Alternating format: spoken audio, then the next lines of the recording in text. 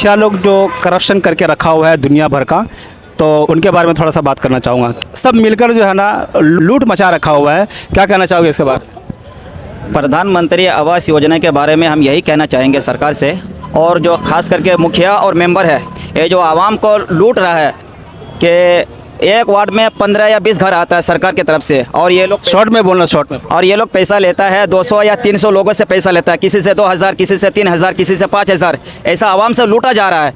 तो घर देता है 15 या 20 लोगों को, बाकी लोगों का पैसा क्या क्या है। मैं सरकार से गुजारिश करूँगा कि सरकार इन लोगों को कानूनन कार्रवाई की जाए। क्या कहना चाहोगे कासिम? अरे बोलो भाई, काहे पीछे हट रहे बोलने में? डर लग रहा है क्या? नहीं नहीं नहीं, गांव का मुखिया हो, कहीं का भी मुखिया हो, बोलना हर एक के खिलाफ है, क्योंकि सब गलत कर रहा है, इसके लिए बोलना ज़रूरी है। हाँ, इस पे सख्त से सख्त कार्रवाई होनी चाहिए। क्या कहना अरे चाहोगे? पहले इसकी हाथ खुलवाओ ना चाचा, इससे बात लो ना।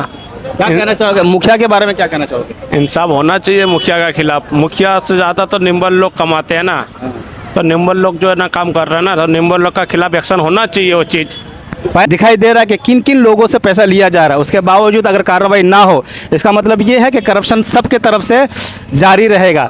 तो ये ख़त्म होना चाहिए ना, किस अंदाज में ख़त्म होना चाहिए, कैसे ख़त्म होना चाहिए, ये सब आप बताओ।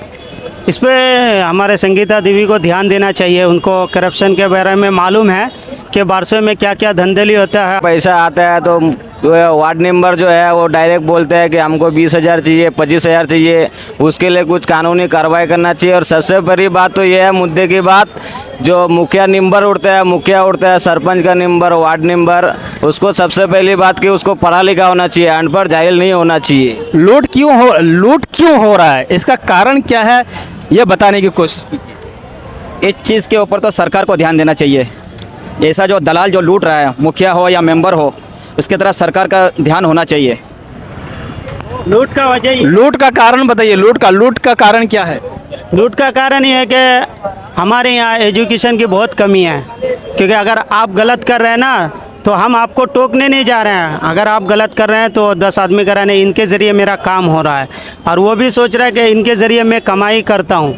मगर सबसे ज़्यादा एजुकेशन की कमी है। एजुकेशन को बढ़ावा देना चाहिए ताकि उसके हक के जो गलत कर रहे हैं उसको गलत कहना सीख। क्या कहना चाहो?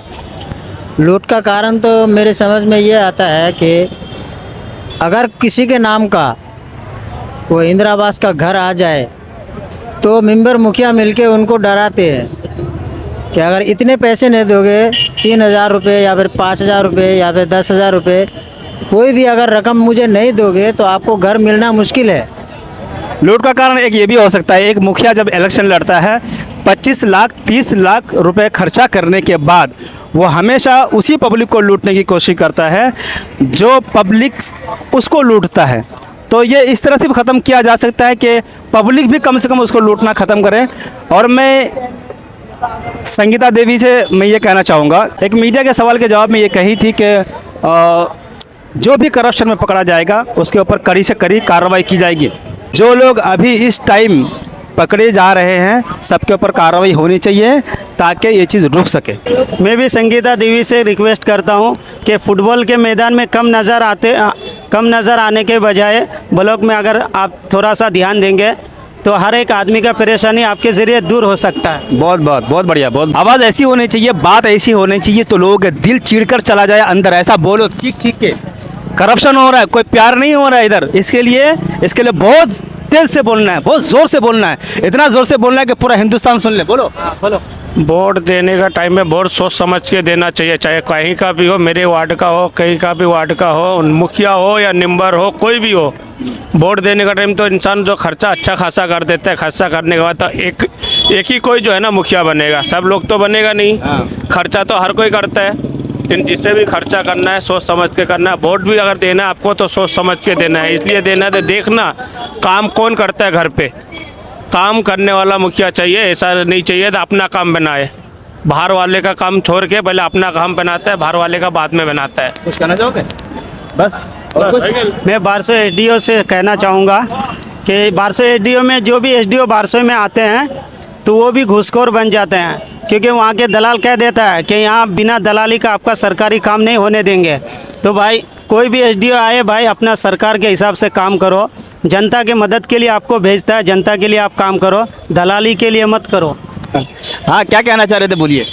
मैं ये कहना चाह रहा था कि जो सब मुखिया सरपंच एमएलए कोई भी हो, जो वोट मांगने आते हैं, जो वादे करते हैं, एक भी वादा पूरा नहीं करता, जीतने के बाद सब भूल जाते हैं।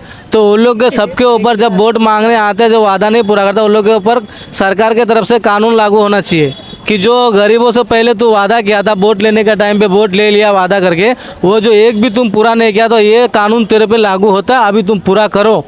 मैं संगीता देवी से मैं बार बार यही रिक्वेस्ट करूंगा, आपने जो वादा किया है पब्लिक के साथ में, आपने जो वादा करके जो वोट लिया है, अपने वादे पर उतर कर दिखाइए और इन लोगों पर कानूनी शिकंजा कसने की बहुत ज़्यादा ज़रूरत है।